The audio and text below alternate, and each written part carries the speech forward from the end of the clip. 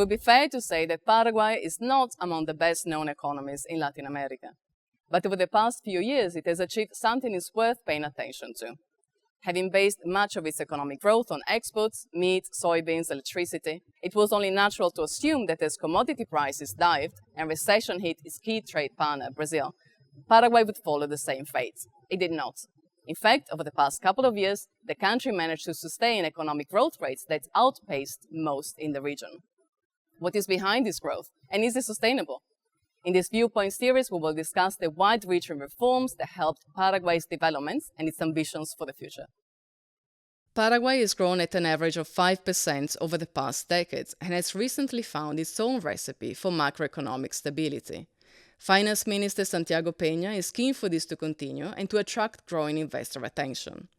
He's mindful of the country's historical achievements, such as being the first in Latin America to use steam trains, as well as of its setbacks. Economic and political turbulence has defined much of the last century and resulted also in poor road connections and the almost complete absence of rail links. Infrastructure will be key to Paraguay's future, says Mr. Peña. He tells me about the country's nascent public-private partnerships markets and talks about the recent reforms introduced to broaden the tax base and ensure fiscal responsibility.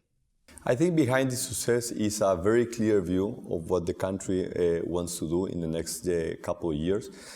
This is a country that is very unknown in the region, but the truth is, if you're looking a little bit behind in our history, you will find that 150 years ago, this country was the most advanced economy in the region. It was the first country to have a steam train. It was a country that was advancing a lot, and because of conflicts in the region, that potential was diminished for many, many years. In the last couple of years, Paraguay has put together an economic agenda that allowed to bring back macro stability. We have been growing over 5% for more than a decade. And what President Cartes brought to the country since 2013 is we need to build on that macro stability.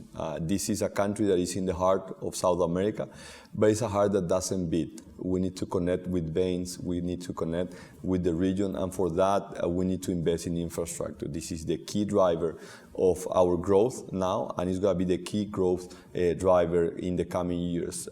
After this investment in infrastructure, we have seen also not only foreign investors coming, but also local investors coming to improve their infrastructure, their capacity to produce.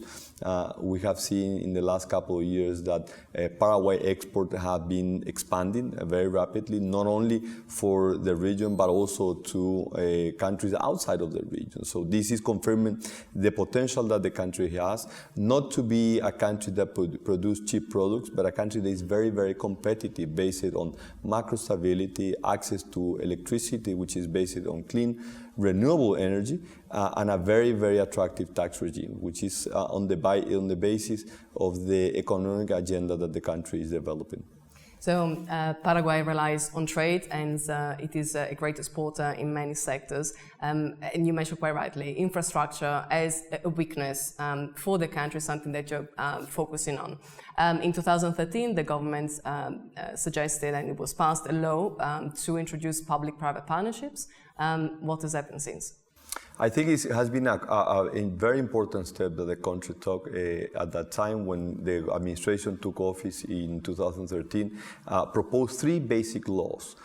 One is the broadening of the tax base. Before that time, the agricultural sector contributed very little to their internal revenues.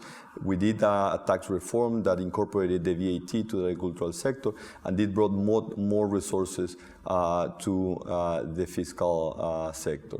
The other law was the fiscal responsibility law, a country that has very stable fiscal accounts, but it was very important to have this long-term view on the performance of the fiscal accounts.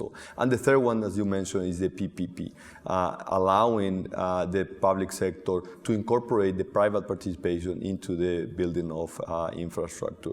The experience has been quite positive. We're seeing that being a laggard, that Paraguay come to the implementation of this law after the experience of many countries, allow us to learn from the good experience and try to avoid the bad experience that we have seen in the region.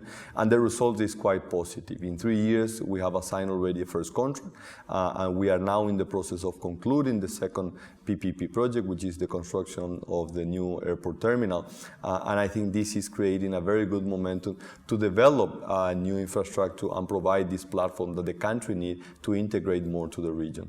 What Paraguay has been doing is also tapping international capital markets. They've been going to bond investors with issuances that have been quite successful, relatively low yields. How do you plan to use the proceeds in the future?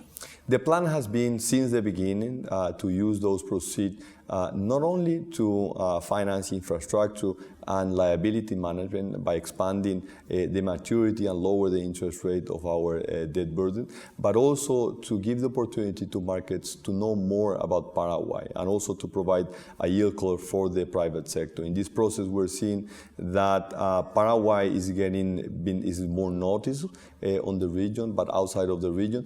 But we are also seeing a private sector that is developing very, very fast. And we think the drivers on Paraguay growth are going to be from the side of the public sector on the development on infrastructure, but there's going to be a very strong leadership from the side of the private sector. Very well. Thank you, Minister. Thank you very much, Silvia.